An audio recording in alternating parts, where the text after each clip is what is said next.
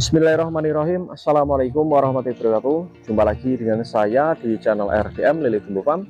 Dalam video kali ini saya akan men-spill kolam baja ringan yang saya baru buat ya. Nah, kolam ini mungkin ada dari teman-teman yang penasaran ya, Bang, itu kolamnya itu bahannya pakai apa aja dan habis berapa untuk pembuatan kolam yang ada dalam video itu, Bang. Nah, ini saya akan tunjukkan bahan-bahannya ya, yang saya pakai dan berapa habisnya ya. Nah, yang pertama yang saya gunakan adalah tentunya baja ringan ya teman ya. Jadi baja ringan ini ada berbagai macam merek ya, tapi untuk teman-teman saya sarankan ketika membuat kolam, gunakanlah baja ringan dengan merek Kencana ya, walaupun saya tidak di endorse ya. Gunakan dengan merek Kencana ya, Kencana dengan harga yang ketebalan 0,75 ya. Dan juga untuk teman-teman yang sering ditanyakan adalah dindingnya ya.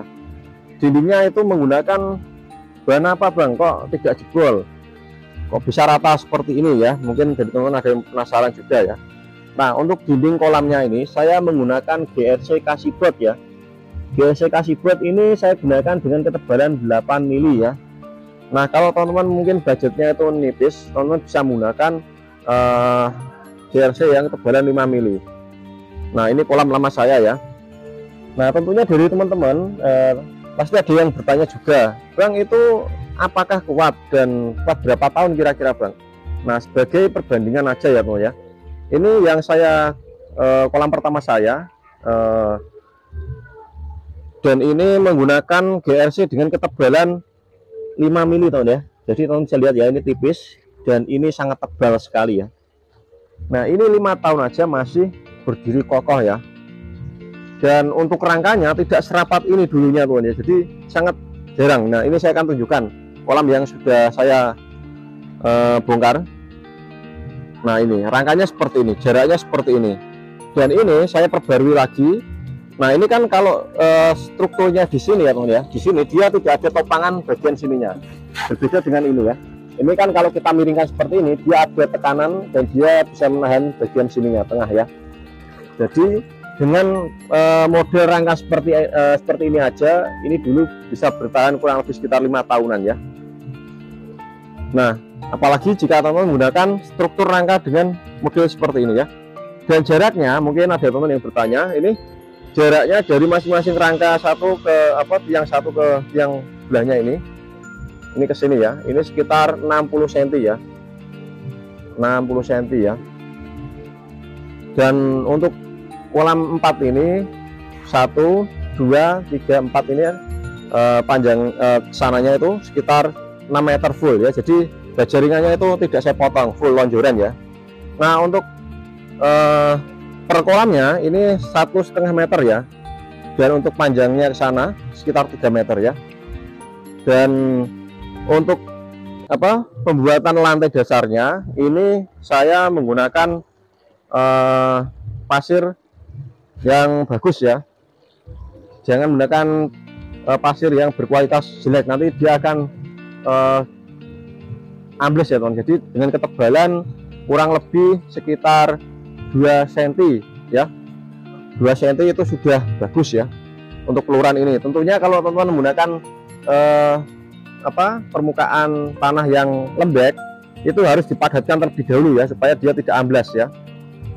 Jadi seperti itu teman ya. Dan untuk terpalnya sendiri saya menggunakan terpal dengan merek Diamond ataupun Korea ya, dengan A20 tipenya ya.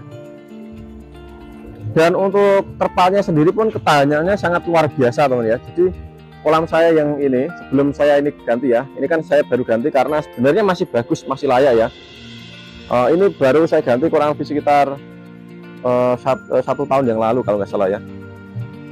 Nah, kenapa saya ganti? Karena bagian lumutnya ataupun plak hitamnya itu susah bersihkan. Jadi ataupun ada bakteri yang memang harus saya wajibkan untuk mengganti terpalnya ya. Nah, ini terpalnya, ini saya jadikan kolam induk ya. Nah, ini saya bikin tidak sebagus yang kolam-kolam yang lain, karena ini sebenarnya kolam sementara ya, karena nanti saya akan renovasi lagi ya. Nah, ini juga saya buat kolam untuk penampungan ikan yang sisanya sedikit-sedikit ya. Nah, untuk pembuatan, sorry nanti kita lupa ya, pembuatan lantai dasarnya ini ya teman-teman ya. Sebelum teman-teman bangun kolamnya ini ya, kita buat lantai dasarnya dulu ya. Kita buat lantai dasarnya dulu. Kita ukur kita ingin membuat kolam berapa dan luasnya berapa ya. Lalu kita buat pembuangannya terlebih dahulu ya. Jadi dengan jarak yang sudah kita mal ya.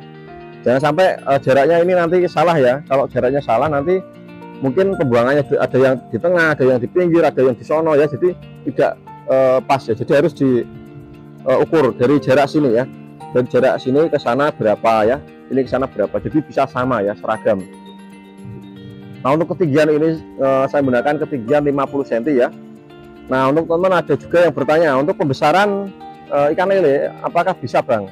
Karena kalau pembesaran itu tekanan ikannya itu pasti kalau dia apa ya istilahnya, agresif, ikannya kalau dia mungkin kaget ya, biasanya kan ada dorongan ya.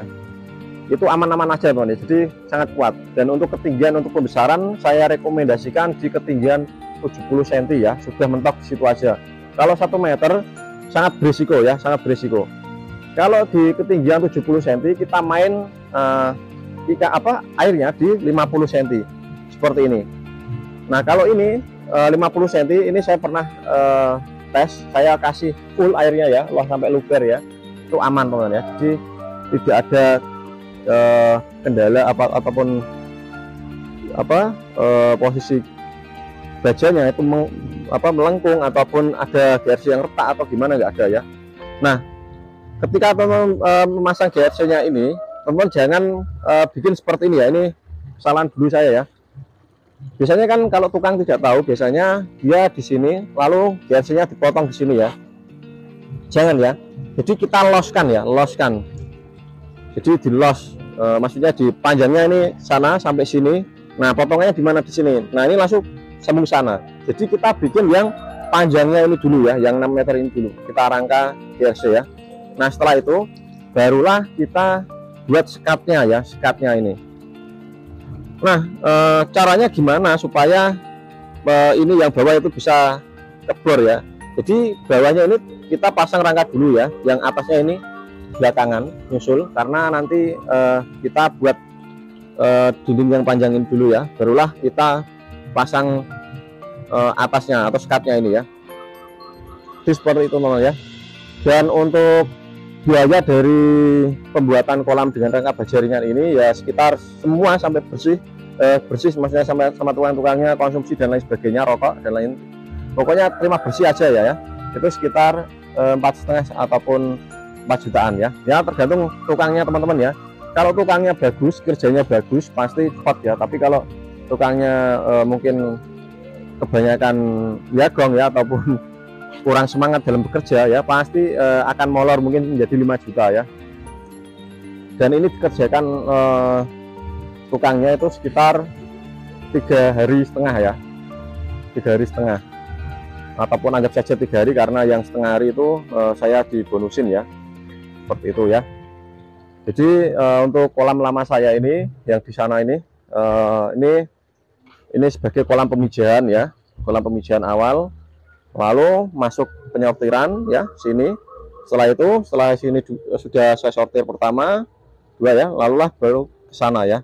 Nah, ini rencana juga nanti kalau ini sudah jadi, ini nantinya saya fungsikan menjadi penampungan ya. Jadi setelah disortir semua, bibitnya masuk ke sini ya.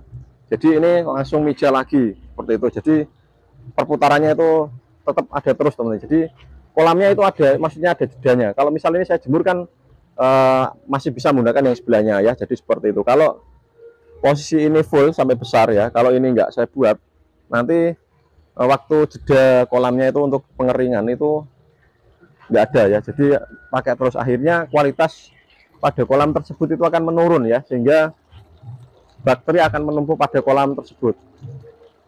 Nah, untuk kolamnya itu sendiri saya menggunakan pagar juga ya, untuk budget 4,5 tadi pagar, dan juga ini ya untuk tanaman anggur ya.